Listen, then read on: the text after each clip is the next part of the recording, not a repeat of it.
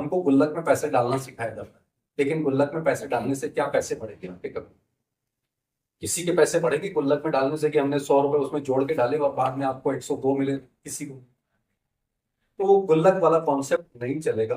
तब तक चलता था जब तक हम छोटे थे। आज की डेट में इन्फ्लेशन 6-7% है।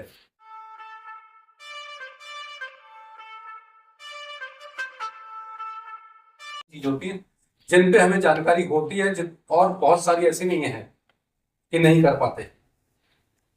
जितना हम पढ़ते हैं उसके हिसाब से हम चैट जीपीटी और ये सब इस्तेमाल करते हैं, लेकिन वो वही देता है जो आप मांग रहे होते हो।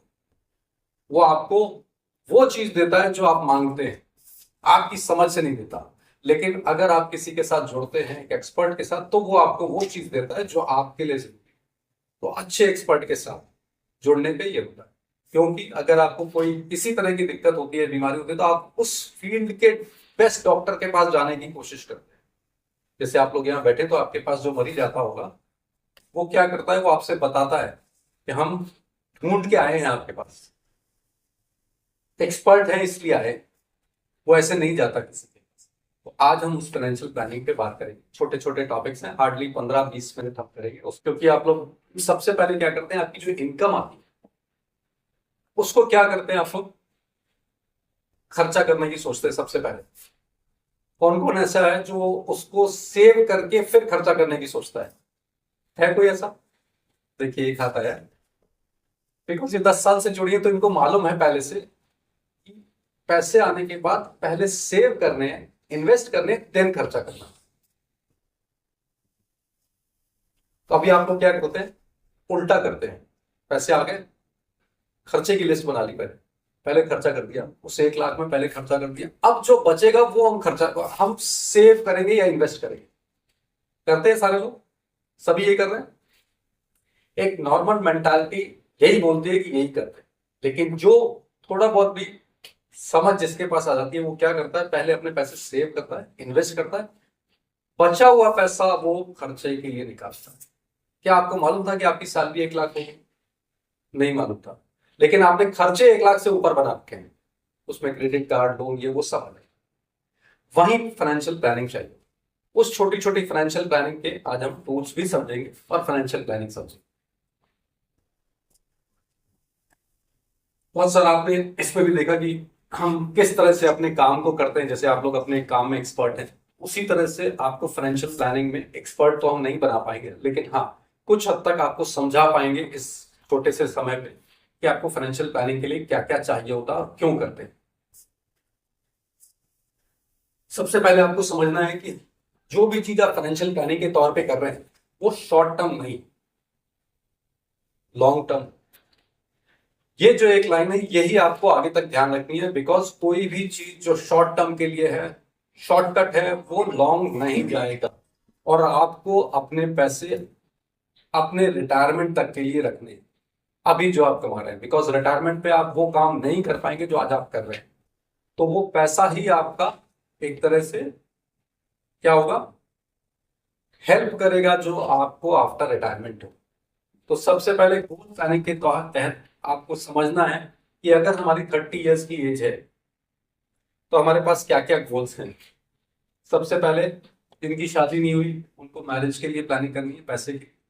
दूसरा, अगर मैरिज हो गई है तो किड्स हैं, उनकी प्लानिंग करनी है, उनके लिए पैसे चाहिए। फिर उन किड्स के लिए आपको उनके किसके लिए, एजुकेशन के लिए पैसे चाहिए। फिर अगर वो भी हो गया है तो उसके बाद मैरिज के लिए चाहिए। फिर मैरिज के बाद आती है आपकी रिटायरमेंट प्लानिंग, जब आप रिटायर हो गए तो पैसा चाहिए।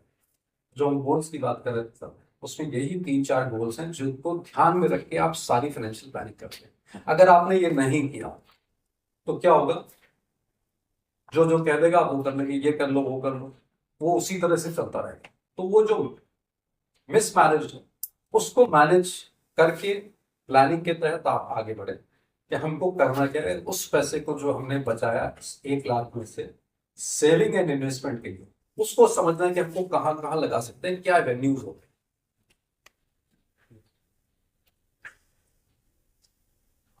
बताया इसमें कि आप लोग डॉक्टर्स हैं तो आपके पास लॉन्ग वर्किंग आवर्स हैं, पढ़ने के भी हैं और काम करने के भी हैं। किस कितने लोगों के पास समय है कि हम 1 घंटा रोज फाइनेंशियल प्लानिंग के लिए या महीने में 1 घंटा फाइनेंशियल प्लानिंग के लिए निकाल है? कोई यहाँ पे जो 1 घंटा निकाल पाता है?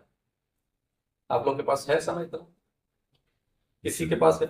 समय निकाल नहीं पाते। समय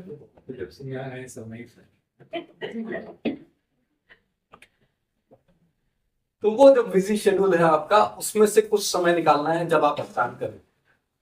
और फाइनेंशियल प्लानिंग जब बहुत सारे लोगों से बात करते हैं तो उसमें बोलते हैं यार फाइनेंशियल प्लानिंग एक तो हमारे ऊपर से निकल जाती है, प्लस उसमें आप इस तरह की इतनी कॉम्प्लेक्स चीजें डाल देते हो जो समझ में नहीं आती। आप इंटरेस्ट रेट बताते हो एक तरफ, उधर बाजार बताते हो, उधर म्यूचुअल फंड बताते हो, उधर एसआईपी बताते हो, उधर एसटीपी बताते हो, पता नहीं क्या क्या बता डालते हो। कैसे समझ में आएगा जब आपको इतना समय लग रहा है समझने में? तो मुझे कैसे मालूम जब मैं इस फील्ड का नहीं? उसी फाइनेंशियल एजुकेशन के लिए खास करके आप लोग के पास सब अच्छे पढ़े लिखे लोग हैं। लेकिन क्या है, क्या फाइनेंशियल नॉलेज जो है वो उतनी नहीं आ पाती। सिखाई हमको बचपन से नहीं जाती। हमको गुल्लक में पैसे डालना सिखाया जाता है, लेकिन गुल्लक में पैसे डालने से क्या पैसे बढ़ेंगे आपके? कभी किसी के पैसे बढ़ेंगे गुल्लक में डालने से कि हमने 100 रुपए उसमें जोड़ के डाले और बाद में आपको 102 मिले किसी को? तो वो गुल्लक वाला कॉन्सेप्ट नहीं चलेगा। तब तक चलता था जब तक हम छोटे थे। आज की डेट में इन्फ्लेशन 6-7% है। अगर आपने वही 100 रुपए आज की डेट में 1 लाख रुपए बैंक में डाले, 2.5% ब्याज है, आपको सेविंग्स का मालूम है आपके बैंक में? तो अगर आपने वही छोड़ रखा है 10 लाख रुपए, मेरे पास बहुत सारे ऐसे इन्वेस्टर जो 10 लाख रुपए छोड़ रखा है, 20 लाख रुपए छोड़ रखा है, पूरे पैसे कुछ तो दे रहा है, लेकिन उनको ये नहीं मालूम कि 7 से 8% इन्फ्लेशन है। तो वो 2.5% पे जो ब्याज मिल रहा है साल का, वो 10 साल बाद एज इट इज नहीं रहेगा। इन्फ्लेशन आपके पैसे की पावर को कम कर देगा।